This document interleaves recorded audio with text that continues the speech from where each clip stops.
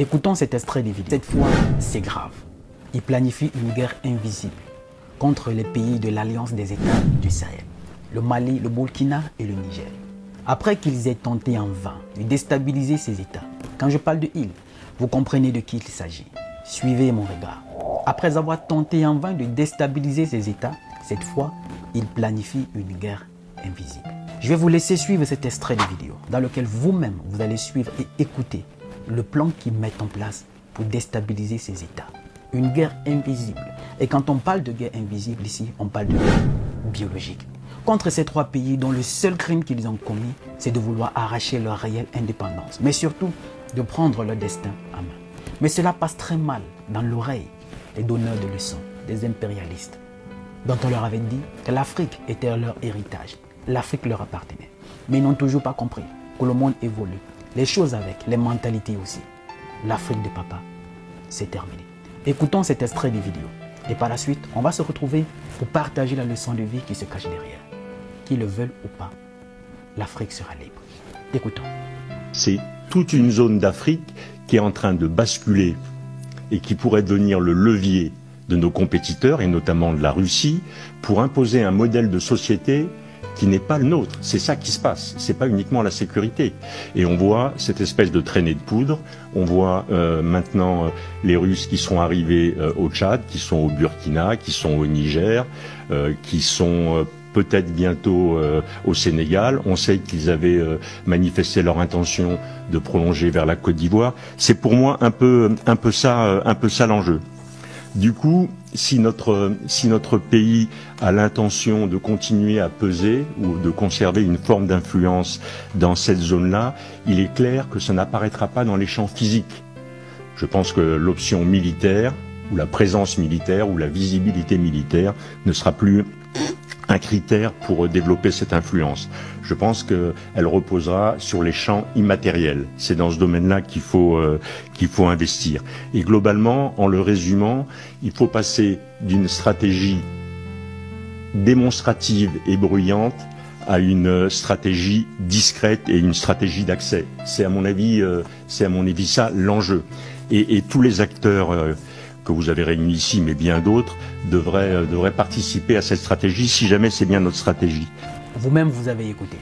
Cette fois, il faut passer à une vitesse supérieure. On n'a plus besoin des bases militaires françaises qui sont visibles. On n'a plus besoin des interventions visibles et bruyantes. Comme ce qui s'est passé en Libye, ce qui s'est passé en Côte d'Ivoire, pour qu'on envoie le président Laurent Gbagbo à la CPI. Non, on ne passe plus par ces moyens-là. C'est trop visible. Ce sera trop visible aux yeux du monde. Et on se fera passer pour ceux qui disent des choses et font le contraire. Cette fois, il faut adopter des stratégies peu bruyantes, des guerres biologiques. Vous vous rappelez, il y a quelques années en arrière, il y avait des documentaires qui sont sortis sur ce fameux virus du VIH-Sida. Donc ce sont eux-mêmes dans les documentaires qui affirmaient qu'il y a eu pas mal de millions d'Africains à qui on a injecté ce virus, où on a vu dans les pays de l'Afrique du Sud, l'Afrique du Sud, le Botswana, la plupart de ces pays. Voilà pourquoi là-bas on a un taux élevé de séropositifs à cause de ceux qui nous ont injectés.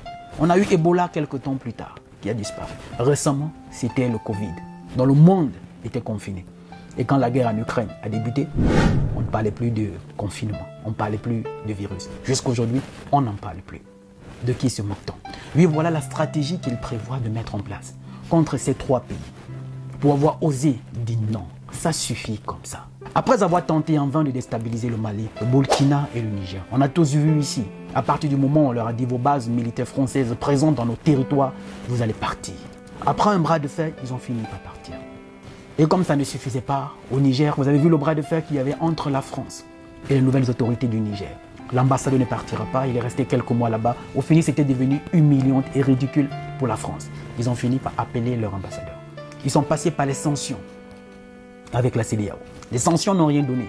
Ils ont brandi la menace d'intervention militaire. Ça aussi, ça n'a rien donné. Maintenant, qu'est-ce qu'il faut faire? Il faut passer par des attaques peu bruyantes, peu visibles. Les attaques biologiques, les attaques chimiques. Et voilà ce qu'ils préparent. Mais ils ont oublié que le monde évolue et que ceux qui sont en face ne sont pas aussi des enfants et qui sont en train de se préparer en conséquence. Oui, voilà les personnes qu'on a aujourd'hui qui s'érigent toujours en donneurs de leçons, mais qui n'ont toujours pas compris ce qu'on leur reproche depuis tant d'années. Je ne sais pas qui leur avait dit que l'Afrique leur appartenait, que l'Afrique était leur héritage, qu'ils pouvaient en disposer quand et comme ils voulaient. Durant des décennies, des siècles, ils étaient en Afrique. Ils ont pillé les ressources, colonisation, esclavage, déportation. Pendant que les autres étaient concentrés pendant la guerre, non, ils étaient en train de piller l'Afrique. Aujourd'hui, on parle de l'Allemagne, qui est leur pays voisin, qui est la première puissance économique d'Europe. Sans colonie en Afrique, ne pille pas l'Afrique. Elle fait partie des perdantes de la Seconde Guerre mondiale. Mais elle a compté sur elle-même pour se rebâtir, la révolution industrielle, pour devenir la première puissance économique d'Europe. Je crois 4e dans le monde. Pendant ce temps, voilà un peuple de pas reçus, qui sont tout le temps en train de brandir l'Afrique comme étant leur intérêt. Et qu'aujourd'hui, que les Africains disent, ça suffit comme ça. Vous avez dit, venez nous aider. Et après tant de décennies, l'aide ne nous a rien apporté. Alors on peut se passer de vous et on veut faire sans vous. Pour eux, non, c'est la Russie qui est derrière. Et même si c'était la Russie qui était derrière, l'Afrique est libre de commercer, de traiter, travailler avec qui elle veut. Ce n'est plus à vous de nous dire qu'est-ce qui est bien pour nous et ce que nous voulons pour nous. Et la chose la plus terrible, c'est justement ce qu'il dit que la Russie est en train de s'installer en Afrique pour installer un modèle de vie qui ne correspond pas au leur. Toute une zone d'Afrique qui est en train de basculer et qui pourrait devenir le levier de nos compétiteurs, et notamment de la Russie, pour imposer un modèle de société qui n'est pas le nôtre. C'est ça qui se passe. C'est quoi leur modèle de vie? Dictature? Imposer des dirigeants en Afrique? Fomenter des coups d'État? Déstabiliser des gouvernements? C'est la Russie qui a ôté la vie à Muammar Kadhafi en Libye et laissé ce pays dans le chaos. C'est la Russie qui était en Côte d'Ivoire, sous les bombes françaises. On a délogé Laurent Gbagbo, l'envoyé à la CPI. C'est la Russie qui était en Afrique pour tout ce qu'on connaît comme génocide. C'est la Russie qui était en Irak, où on a brandi les preuves mensongères contre Saddam Hussein. On lui a ôté la vie. C'est la Russie. Mais de qui se moque-t-on? Quel est le modèle de vie qu'ils pensent vouloir nous imposer?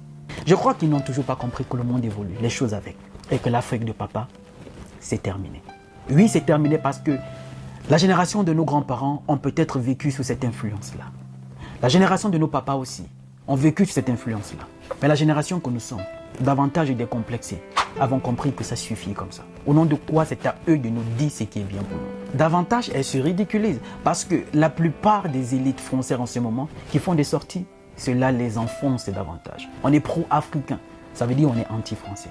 Non, on peut être pro-africain sans être anti-personne. Nous sommes juste pro-africains. Regardez-vous dans une glace et posez-vous des bonnes questions. Vous aviez été là pendant des siècles. Mais qu'est-ce qui s'est passé pour qu'il y ait un basculement? Ça veut dire qu'il y a quelque chose qui n'a pas marché. Vous n'avez toujours pas été sincère. Vous n'avez jamais été sincère. Le moment est venu de vous regarder dans une glace, de vous reposer de bonnes questions. Essayez de rectifier ce qui n'a pas marché. Mais comme ce n'est pas du propre de la France de reconnaître ses erreurs, elle est toujours une France arrogante qui ne dit pas son nom.